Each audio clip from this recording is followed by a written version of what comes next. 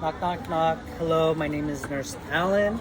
Can I get your name and date of birth, please? Verifying the patient's name and date of birth on their wristband, as well as what they say verbally.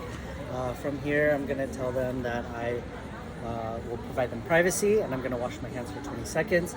So what brings you in today? Patient states that they are coming in for a normal physical, so I don't have to do any particularly specific assessments. After I have completed my whip, I'm going to go ahead and raise the bed to my waist so it's comfortable for me, raise the head of the bed so it's comfortable for them. I'm going to ask your ham, your past medical history, your allergies, and then any medical conditions. After I've asked that, I'm going to ask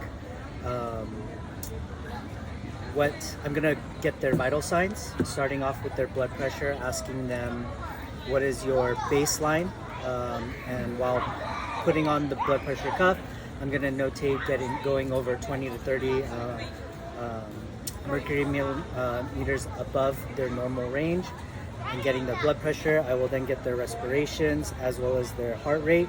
Heart rate, I'll put 2 fingers on the radial pulse, feel if it's normal, 2 plus pulse. If it is, I'm only going to count for 30 seconds, as well as how many beats per minute and multiply it by 2. After that, I'm going to get their respirations by checking their chest rise and fall. Normal is 12 to 20. And then I will get their pulse ox, 95% and up on room air is normal, 88% and higher is COPD diagnosis. If they have a COPD diagnosis, I will get their temperature either temporally, under the tongue, or axillary, or rectal for a more accurate measure. My last vital sign is pain and doing the PQRSTU. Once I've completed that, I'm going to go ahead and let the patient know that I'll be doing their head to toe assessment, and to let me know if they're in any pain while performing these procedures. I'm going to go ahead and put on my gloves, start off with their head, checking for any inspection, checking for any infestations, using my hands by palpating with lesions, tenderness, or any abnormalities felt. I'm not going to percuss or auscultate. I'll move on to their face, checking their sinuses, checking for tenderness. They should not feel any pain or tenderness. Checking for symmetry of their eyebrows and facial muscles. Checking their eyes using, when I introduced myself, I looked at, we made eye contact. I know that they're round and equal. I'm going to check their mouth. Their lips are moist and pink. I'm going to check their ears. Their eardrum should be pearly gray. Note any cerumen impaction or clear fluid, which would be cerebral spinal fluid. And while I'm here, I'm going to do my cranial nerves. Cranial nerve number 1, I'm going to ask them if they have any changes in smell.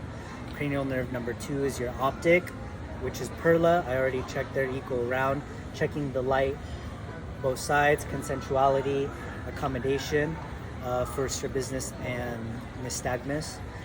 Ocular motor, cranial nerve number 3 is your up and down. That's done by your cardinal field of gaze. Your cranial nerve number 4 is your trigeminal, and that is trochlear. Trochlear, and that is your also your cardinal field of gaze. Number 5 is your facial sensation. Have them close their eyes, tell them what side you're feeling. If it's the approach size, that's fine. Check for mastication. Check their TMJ, open and close, any crepitus or pain. Number 6, you already checked, which is the lateral abducens with your cardinal field of gaze. Number 7 is your symmetry, which I already checked. You can have them raise their eyebrows, smile, and frown. Check for symmetry. Number 8 is your auditory. They've been answering my questions appropriately, so I know that their auditory is intact. Number 9 is your glossopharyngeal, and that is swallowing. Checking, asking, and letting them know that you're putting your hands on the throat to check for swallowing. Number 10 is your vagus, and which is your Gag Reflex, opening the mouth, checking for uvula deviation, as well as the Gag Reflex with a tongue depressor. Number 11, Spinal Accessory, hands on the shoulders, up and down, face to the right, face to the left. Number 12 is your hypoglossal, and that's moving your tongue up and down and left and right. After I've done that, I'm going to go ahead and move on to the neck by checking the carotid as well as any goiters or any abnormalities there. I'm also going to check your lymph nodes, preauricular, down to the post, submandibular, and down to the collarbone. Checking the carotid, both sides, unilaterally, not at the same time, because you can cut off circulation to the brain. Note that it's going to be 3+ pulse because it's the most powerful, and that's normal in the carotid. Checking both sides, any lymphadenopathy or pain or swelling. If you note a thrill, you'll have to follow up with a test oscillate by the bell to confirm a bruit. For bruit, then you're going to suspect a murmur, but we'll get down to that when we get to the respiratory cardiac section. From here, you can check your jugular distension. If they're lying down supine, any jugular distension force, you'll notate that. Moving down to the chest, you can do your cardiac or lungs. I'm going to go ahead and do cardiac. I'm going to inspect, checking for any accessory muscle use, any abnormalities of heaves or heart pounding out of the chest, or symmetry or masses. I will then palpate, finding my locations where your aortic, pulmonic, herbs, tricuspid, and mitral valve are. You're going to go down to your mandibular, checking the point of Louis, which is the section, the second rib meets your intercostal space. Down below, on your right side along the sternal border, is your aortic. On the left second intercostal space is your pulmonic. Your third intercostal space along the sternal border is your Erb's point. It's just a landmark. Fourth intercostal space along the intercostal border, along the sternal rib, is your tricuspid. Fifth intercostal space midclavicular under the nipple is your apical pulse. Mitral, it is also the PMI, the point of maximal impulse. After palpating, we do not percuss the cardiac. We will then auscultate, checking for any abnormalities in the pulses, same points. If you heard a bruit in the carotid, you're going to use the bell to also check those points to confirm a murmur. That is your S3 and S4 sounds. After you've auscultated with your diaphragm and bell, you'll have the patient move over to the side on the left-hand side, which puts stress on your heart, and listen for sounds as well with your diaphragm. That is your cardiac. You move to your respiratory. You have you will inspect also again for heaves, accessory muscle use, or anything like that. You will palpate, trying to find increased or decreased tactile fremitus. You will check the apex, second intercostal space, third intercostal space, fifth intercostal space, and then your sides, which are the base of the lungs. After you palpate, feeling any vibrations for increased tactile fremitus, which is fluid or mass. If you hear decreased, you are thinking free air, like a pneumothorax. You will then percuss, same spots, down to the bases. Dullness is mass or fluid, typically down at the base. Hyperresonance is free air. You will then auscultate, same locations, ladder or Z technique. You will hear crackles, rails, rhonchi, stridor in your bronchioles,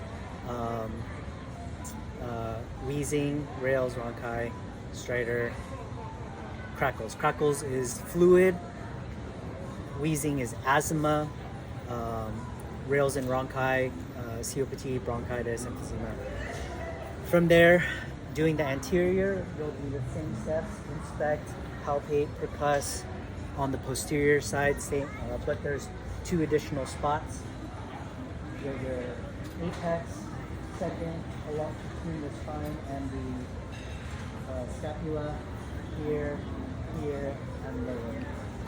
And that is your respiratory. You'll go ahead and move on to the pulses. We've already checked your carotid, but you also have your temporal. Unilaterally here, you're going to move down to your brachial pulse. 2+ is normal. You have your radial, your ulnar, your apex, your apical pulse, femoral, popliteal using 2 hands bilaterally, and then your posterior tibial and your dorsal pedis. You want to check your apex as well as your radial at the same time for any pulse deficit. And those are your pulses. You're gonna move to the abdomen. You want to inspect your abdomen first. Any abnormalities in color, masses, symmetry. You'll start in your right lower quadrant with auscultation, because palpating and percussion will create false positives in your assessment if you auscultate last after that. Right lower quadrant, because that's where your bowel sounds are most active. 5 to 30 is normal. Listen for a minute. Hyperactive bowel sounds would be more than 30, and that would conclude diarrhea or hyperperistalsis. Low or absent bowel sounds would suspect obstruction. So left lower quadrant, right upper quadrant, left upper quadrant, left lower quadrant. You will then palpate, percuss, and it should be not dull. It should be, what's the opposite of dull? Hollow and tympany in the right lower quadrant. In the right upper quadrant, it should be dull, because that is where your liver and gallbladder are, and those are dense organs. In the left upper quadrant, it should be hollow and tympany. Left lower quadrant, also hollow tympany. If you feel dullness in your left upper quadrant, that would mean splenomegaly, which is an enlarged liver. Follow up with that. You have percussion, palpating next. You're going to use your 4 fingers, palpate lightly in each quadrant, checking for tenderness or guarding. You will then do deeper by 2 to 3 centimeters in each 4 quadrants. In the right upper quadrant, you should feel the head of the gallbladder and also the liver. You have the patient take a deep breath, hold. You should feel the tip of the liver as they take a deep breath out. If there's any pain, you should check for cholecystitis. In the left upper quadrant, if they take a deep breath as well, hold, feel the base of the spleen, exhale, pain, consistent with spleen issues. Left lower quadrant, if you take your hands off and they feel pain, which is the McBurney's point, that is possible appendicitis, rebound, tenderness. From here, you have also your McMurray's, which is the gallbladder. Also on the back, you're going to check your CPA tenderness, facing the palm along the spine. Tap any pain there, kidneys issues. For that test. That is the abdomen. After you do the abdomen, you will move down to your legs, checking for edema, checking characteristics of missing abnormal areas of hair, any pain, swelling in your joints, range of motions. You're going to also check for strength. You will have the patient grip the hands, equal strength bilaterally, also pressing down and pressing up. You also do that with the feet, pressing down and pressing up. Use sanitizer because you just touched their feet. After that, you'll have the patient stand up, sit up, lower the bed down so that they can get down appropriately. do the spine test, range of motions, flexion, extension, left, right, turning. If they're appropriate, we'll go ahead and do the spine and gait. It is walking in a straight line, putting back and notice any abnormalities. From here, you'll also do walking on the heels, turn, walking on their toes, turn, we'll do the line test, heel to toe, turn around, heel to toe.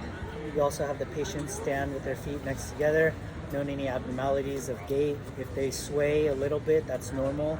If they lose their balance, there's something abnormal with that. From here, place the patient back in bed, lower the bed all the way down, raise the head of the bed in their comfortable position, give the call light, let them know, hello, not hello, my name is Alan again. If you need me, just let me know. Wash my hands, leave. Good job. 15 minutes.